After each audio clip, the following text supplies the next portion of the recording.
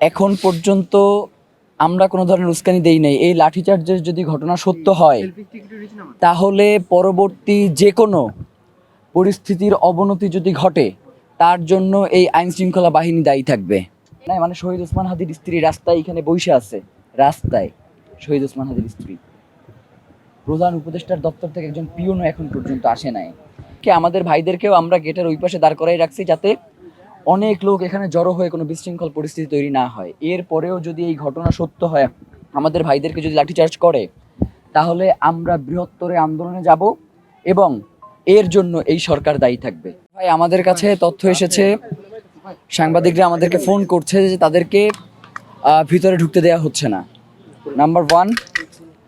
Number 2 হচ্ছে একটু আগে আমরা একটা সংবাদ পেয়েছি, এখন পর্যন্ত আমাদের পক্ষে সত্য মিথ্যা যাচাই করা সম্ভব হয়নি। এরপরেও মনে করেছি যে আপনাদেরকে এটা জানিয়ে রাখা ভালো।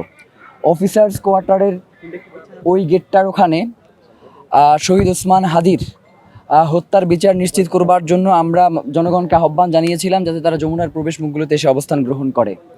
তো এর মধ্যে কিছু মানুষের উপরে লাঠিচার্জের সংবাদ আমরা পেয়েছি। আমরা আপনাদেরকে বারংবার বলি, এখনো বলি, এখন পর্যন্ত আমরা কোনো ধরনের উস্কানি দেই নাই। এই লাঠিচার্জের যদি ঘটনা সত্য হয় তাহলে পরবর্তী যে কোনো পরিস্থিতির অবনতি যদি ঘটে তার জন্য এই আইন শৃঙ্খলা বাহিনী দায়ী থাকবে। এবং আপনাদেরকে আমরা এটা নিশ্চিত করি, প্রয়োজনে শহীদ ওসমান হাদির স্ত্রী এখানে অবস্থান করছেন প্রায় 4 ঘন্টার বেশি হয়ে গেছে। তার সন্তানও প্রয়োজনে তার বাপের বিচার চাইবার জন্য এখানে এসে উপস্থিত হবে। কিন্তু কোনোভাবেই শহীদ ওসমান হাদির হত্যার তদন্তকে জাতিসংঘের যেই তত্ত্বাবধানে না দিয়ে যদি কোনো টালবাহানা করে, সরকারকে যদি বিভিন্নভাবে প্রেশার ক্রিয়েট করে, তার মুখ বন্ধ করে রাখবার চেষ্টা করা হয়, সেটা আর কোনোভাবেই বাস্তবায়ন করা সম্ভব হবে না। আমরা ইনকিলাব মঞ্চের পক্ষ থেকে এই যে অবস্থান গ্রহণ করলাম, এই অবস্থান একমাত্র শেষ হবে তখনই যখন ডক্টর মোহাম্মদ ইউনূসের পক্ষ থেকে একদম সুস্পষ্ট বার্তা আসবে জাতিসংঘের তদন্তের ব্যাপারে। এর আগে আমাদের অবস্থান থেকে সরে আসবার কোনো সুযোগ নেই। আপনাদেরকে আমরা জানাই যে আমাদের উপরে যদি লাঠিচার্জ করা হয়, দেখেছেন আপনারা যে আমরা ভিতরে যত মানুষ, এর থেকে মিনিমাম 20 গুণ পুলিশ লাঠিসহ বাহিরে দাঁড়িয়ে আছে। তো এই 20 গুণ পুলিশ আমাদেরকে যদি লাঠিচার্জ করতে উদ্যত হয়, আমরা যে লাঠিচার্জকে শুধু দৌড়ে পালিয়ে যাব এইটা যাতে তারা না ভাবে, আমরা অন্তত একটা লাঠির বাড়ি দেয়া হইলেও চেষ্টা করব। এইটা হচ্ছে ইনসাফের লড়াই। এই ইনসাফের লড়াইয়ে শুধুমাত্র মাইর খাইলে ইনসাফ কায়েম হবে না। এই ইনসাফের লড়াইয়ে যারা বাধাগ্রস্ত করতে আসবে তাদেরকে প্রতিহত করতে হবে আমাদেরকে, আমাদের জায়গা থেকে। আমরা তো এখন পর্যন্ত শান্তিপূর্ণ আছি, এইখান থেকে এখন পর্যন্ত শান্তির বিঘ্ন ঘটে এই ধরনের কোনো অবস্থান আপনারা আমাদের মাধ্যমে দেখতে পেয়েছেন?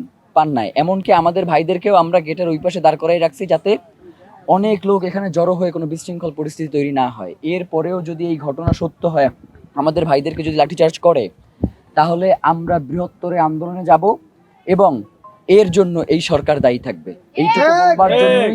এইটুকু বলবার জন্যই আপনাদেরকে ডেকে আনছিলাম, কারণ এই কথাগুলো আপনাদের মাধ্যমে প্রচার হওয়াটা অত্যন্ত গুরুত্বপূর্ণ। কারণ আপনারা দেখেছেন যে প্রথম সময় যে মিডিয়াগুলো ছিল, এখন তার সংখ্যা অনেকটাই কমে গেছে, সামনে হয়তো আরও কমে যাবে। আপনাদের উপরে বিভিন্ন হাউস থেকে প্রেশার ক্রিয়েট করবে, আমরা এটা জানি।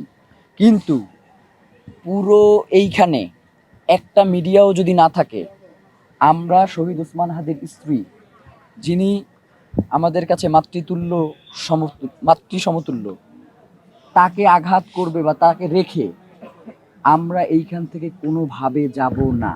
এটা আমাদের একদম পরিষ্কার কথা। আমরা এখানে অবস্থান গ্রহণ করছি, এটা সুষ্ঠু একটা বিচার তদন্ত কার্যক্রম শুরু হবে জাতিসংঘের অধীনে, এরপরে আমরা এখান থেকে যাবো। এর আগে আমরা আর যাইতেছি না। আপনাদের অসংখ্য ধন্যবাদ যে এখন পর্যন্ত কেউ কোনো ধরনের করে নাই। মানে শহীদ ওসমান হাদির স্ত্রী রাস্তায় এখানে বসে আছে, রাস্তায় শহীদ ওসমান হাদির স্ত্রী। প্রধান উপদেষ্টার দপ্তর থেকে একজন পিওনও এখন পর্যন্ত আসে নাই। এই অন্তর্বর্তীকালীন সরকার নাকি পৃথিবীর ইতিহাসে সব থেকে সুষ্ঠু নির্বাচন এবার নাকি করতে যাইতেছে। এটা আমাদের জন্য হাস্যকর লাগে। মানে একজন শহীদের স্ত্রী এইখানে বসে আছে, তার সাথে একবার দেখা করবার জন্য প্রধান উপদেষ্টার দপ্তরে কেউ প্রয়োজন বোধ করছে না। এইটা শুধুমাত্র আমাদের আশঙ্কা না, এটা জুলাই হারানোর একটা আশঙ্কা তৈরি হয়েছে, এবং আগামী দিনে বাংলাদেশে কোন ধরনের রাষ্ট্র ব্যবস্থা কায়েম হবে ফ্যাসিবাদী, সেটারও আমরা একটা নীল নকশা দেখতে পাচ্ছি। যার কারণে শহীদ ওসমান হাদির হত্যার বিচার জাতিসংঘের তত্ত্বাবধানে এটার তদন্ত না হওয়া পর্যন্ত আমরা এখানে অবস্থান করবো। আসসালামু আলাইকুম। ধন্যবাদ। অগ্রযাত্রা প্রতিদিন, নির্ভীক প্রত্যয়ে উজ্জীবিত।